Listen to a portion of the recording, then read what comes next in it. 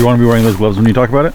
Today we're talking about the Nikon NIKKOR 14-24mm f2.8.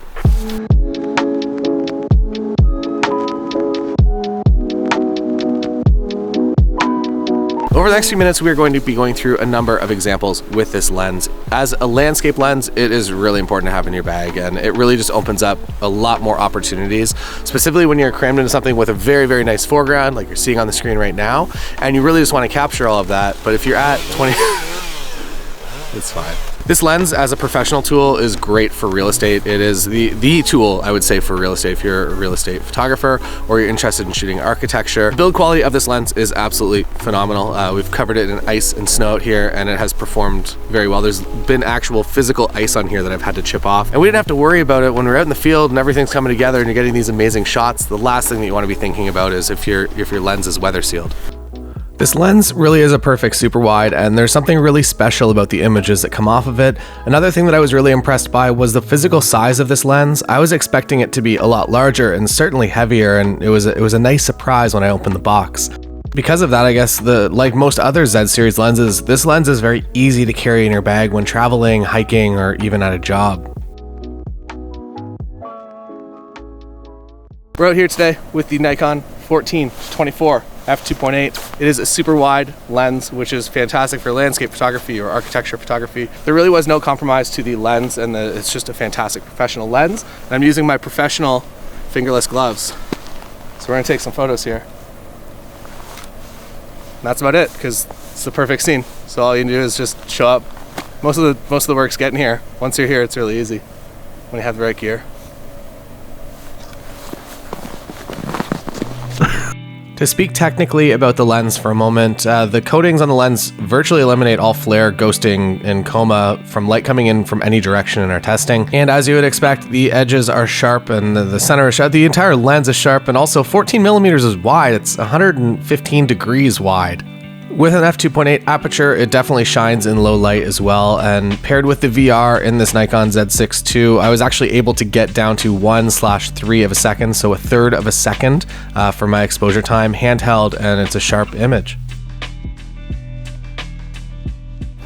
The 14-24 f2.8 really came in handy on this flight. I was expecting pretty much to stay on the 24-70, which is what we're filming this on right now, but as we got closer to the mountains, I realized that this was very, very important, and basically you could fill the entire frame just with mountains by how close we were, so it really was something. I'm very happy that I had two camera bodies. I typically shoot two camera bodies if I'm at a wedding day or maybe a portrait session, but out here, I usually don't, but I'm very happy today that I chose to, because it's a heck of a lot easier just to quickly switch between cameras than it is to switch lenses, and as soon as you put a new lens on, you're like, I wish that I had the other. It's a big thing. To have two camera bodies is definitely helpful. This lens has also been designed for astrophotography. It will not miss shape pinpoint lights like stars, and the 2.8 aperture really helps out here by letting in just a lot of light. I also find the OLED display on this lens to be really helpful for astro, where I can just verify my manual focus distance on this light up display in the dark.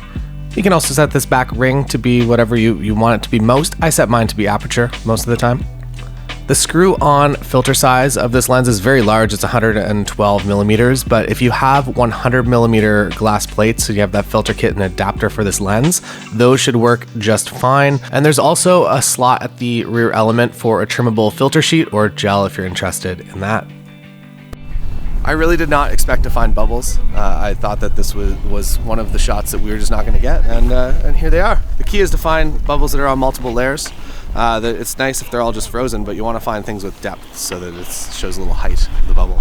There's one right there that's really nice. One right there. There's a lot right here. All right, I'm going to get down and I'm going to make this shot with the Nikon 14-24 f2.8, which I think is the best bubble lens. That you can basically distort the foreground to make the bubbles look a lot larger than life. Mountains very nice in the background, but definitely a background element. To wrap this up, a few other things that we found particularly helpful when out in the field. When it comes to video, the autofocus is silent, so when you're using a microphone on top of your camera, it's never going to pick up the focus noise. And focus breathing has also been eliminated from this lens, which is really, really nice. So fantastic lens, and as I mentioned before, a lot smaller and lightweight than I anticipated this lens being. So very happy to have this in my bag. And thank you so much for watching today. If you are interested in seeing more about our trip to the Rocky Mountains with all of this Z series camera equipment, there is a link in the description below for that. See you next time.